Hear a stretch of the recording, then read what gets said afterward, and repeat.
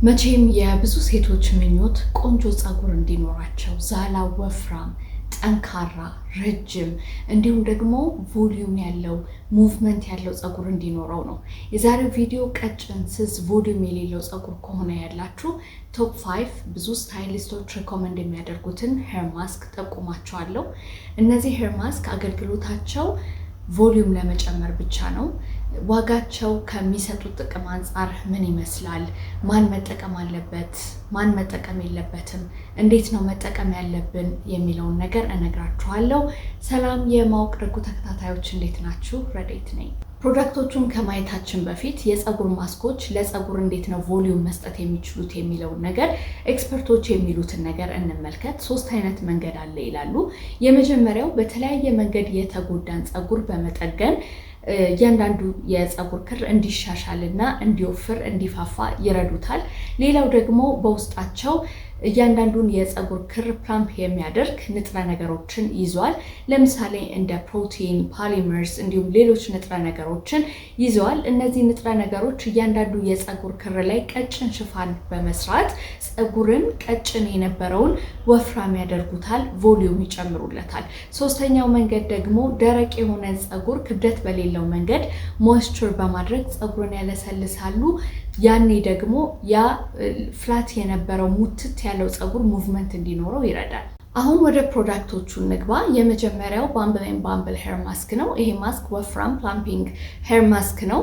ጸጉራችሁን ወፍራም ፍፍት ያለ ቮሊዩም ያለው እንዲኖረው ይረዳችኋል።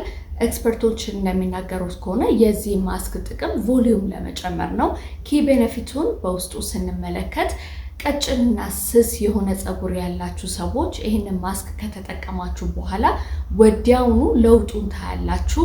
እያንዳንዱን የጸጉር ክር ፕላምፕ ስለሚያደርገው ወፍራም ቮሊዩም ያለው ፍፍት ያለ ያደርገዋል ማለት ነው፣ ለእናንተ በማይከብዳችሁ መንገድ። ሌላው ደግሞ እንግዲህ ጸጉራችሁን ሃይድሬት ያደርገዋል፣ ለስላሳ ያደርገዋል። በውስጡ የያዘውንም ንጥረ ነገሮች ስንመለከት እንደ ፖሊመርስ እንዲሁም ፊልም ፎርመርስ ያሉ ንጥረ ነገሮች በውስጡ ይዟል።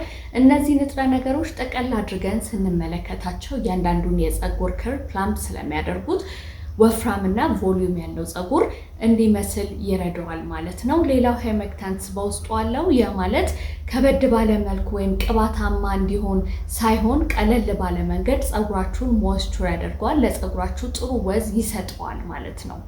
እንግዲህ ይህንን ማስክ ማን ነው መጠቀም ያለበት? ቅድም እንደነገርኳችሁ ስስ ቀጭን የሆነ ጸጉር ያላችሁ ሰዎች ቮሊዩም ለመጨመር ስለሆነ አገልግሎቱ እና የራስ ቅላችሁ ከተሰራችሁ በኋላ ጸጉራችሁን የሚታይባችሁ ሰዎች ሂውመን ሄር መቀጠል የማትፈልጉ ሰዎች ካላችሁ እና የራሳችሁ ጸጉር ቮሊዩም ኖሮት ፍፍት ብሎ እንዲታይ የምትፈልጉ ሰዎች ከሆነ ያላችሁት ይህንን ሄር ማስክ መጠቀም ትችላላችሁ።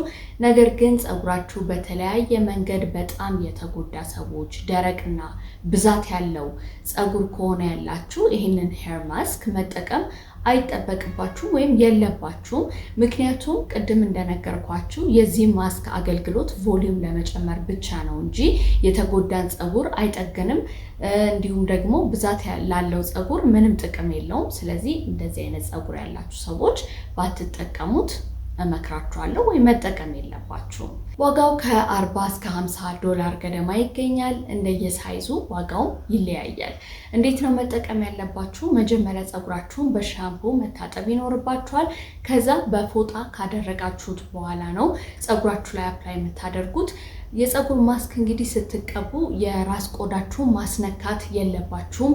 በደንብ አድርጋችሁ የጸጉር ማስኩን በእጃችሁ ላይ ታደርጉና ከግማሽ ጀምራችሁ እስከ ጫፉ ድረስ በደንብ አድርጋችሁ ትቀቡታላችሁ።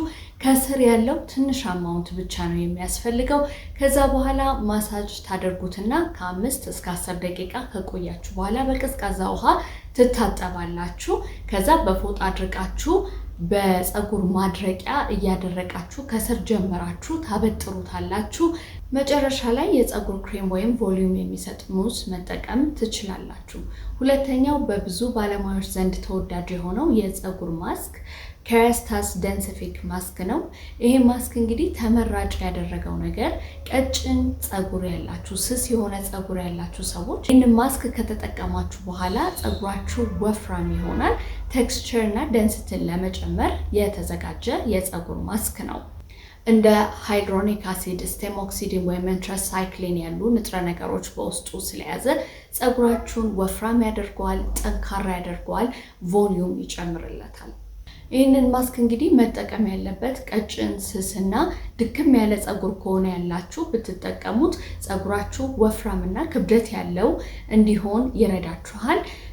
ነገር ግን ቆዳችሁ ኦይሊ ከሆነ ባትጠቀሙት ይመከራል። አጠቃቀሙ መጀመሪያ ጸጉራችሁን በሻምፑ መታጠብ ይኖርባችኋል። ከዛ በፎጣ ካደረጋችሁ በኋላ ከመካከለኛ ቁመቱ ጀምሮ እስከ ጫፍ ድረስ በደንብ አድርጋችሁ ትቀባላችሁ። ስሩን ትንሽ መጠን አድርጋችሁ ከቀባችሁ በኋላ እስከ 10 ደቂቃ ቆይታችሁ ትለቀለቃላችሁ። ከዛ በሄር ድራየር ጸጉራችሁን አድርቁትና ሻይን እንዲያደርግላችሁ የምትፈልጉ ከሆነ ስፕሬይ አድርጉበት። ወዲያውኑ ጸጉራችሁ ላይ ለውጥ ታያላችሁ። ዋጋውም ከ40 እስከ $70 ይገኛል። እንደየሳይዙ ዋጋውም ይለያያል።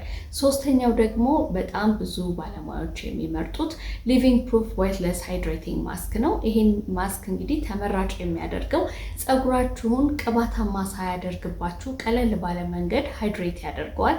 በተለይ ለደረቅ ጸጉር እጅግ ተመራጭ ነው። እንዲሁም ሊፍት ያደርገዋል፣ ያለሰልሰዋል፣ ሙቭመንት እንዲኖረው ይረዳል።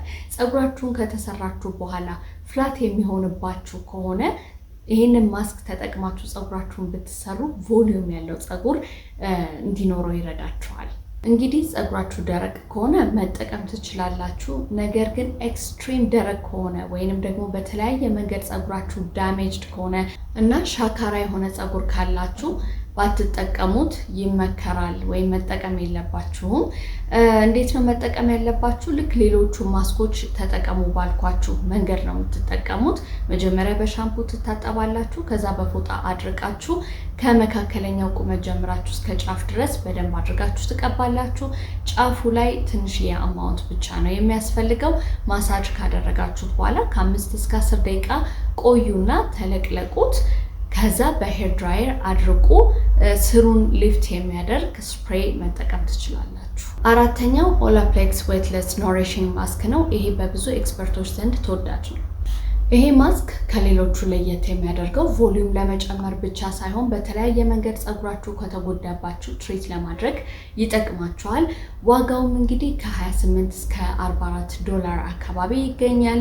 አጠቃቀሙም ልክ እንደ ሌሎቹ ማስክ ነው። መጀመሪያ በሻምፑ መታጠብ ይኖርባችኋል። በፎጣ አድርቃችሁ ከዛ ጸጉራችሁን ከግማሽ ጀምሮ እስከ ጫፍ ድረስ በደንብ ትቀቡታላችሁ። ጫፉን ትንሽ መጠን አድርጋችሁ ከቀባችሁት በኋላ ማሳጅ አድርጋችሁ እስከ 10 ደቂቃ ትቆዩና ትለቀለቃላችሁ ማለት ነው። ከዛ በፀጉር ማድረቂያ አድርቁት። ከደረቀ በኋላ ስሩን ሊፍት የሚያደርግ እንዲሁም ደግሞ ሻይን እንዲያደርግ የሚያደርግ ስፕሬይ መጠቀም ትችላላችሁ። አምስተኛው ኦልተርና ካቬር መልቲፕል ቮሊዩም ማስክ ነው። ይሄ ማስክ እንግዲህ የበለጠ ጸጉራችሁን ወፍራም ለማድረግ የተሰራ ማስክ ነው። ያ ማለት መጠቀም ያለባችሁ ሰዎች የጸጉራችሁ ዛላ መካከለኛ ከሆነ ነው። ነገር ግን በጣም ሻካራና ደረቅ የሆነ ጸጉር ከሆነ ያላችሁ ይህንን ማስክ አትጠቀሙት። ዋጋው ከ40 እስከ $50 ገደማ ይገኛል። እንደየሳይዙ ይለያያል። አጠቃቀሙም ልክ ሌሎቹን ማስኮች እንደምትጠቀሙት ነው። መጀመሪያ በሻምፑ ትታጠባላችሁ። በፎጣ ካደረቃችሁ በኋላ ከመካከለኛው ጀምራችሁ እስከ ጫፍ ድረስ በደንብ አድርጋችሁ ትቀባላችሁ።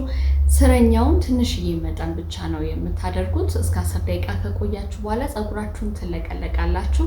ከዛ በጸጉር ማድረቂያ አድርቃችሁ ጸጉራችሁ እንዳይደርቅባችሁ ክሬም መጠቀም ትችላላችሁ። ኦሪጂናል እቃ የሚይዙ ሱቆችን አጣርታችሁ ሄዳችሁ ብትጠይቋቸው እንደምታገኟቸው እርግጠኛ ነኝ። ይህንን ቪዲዮ ከወደዳችሁት ላይክ፣ ሼር፣ ሰብስክራይብ አድርጉ። እነዚህን ፕሮዳክቶች ተጠቅማችሁ የምታውቁ ሰዎች ካላችሁ ደግሞ በኮሜንት ሴክሽን ላይ ኤክስፒሪየንሳችሁን አካፍሉኝ። በሌላ ጠቃሚ ቪዲዮ እስከመጣ ድረስ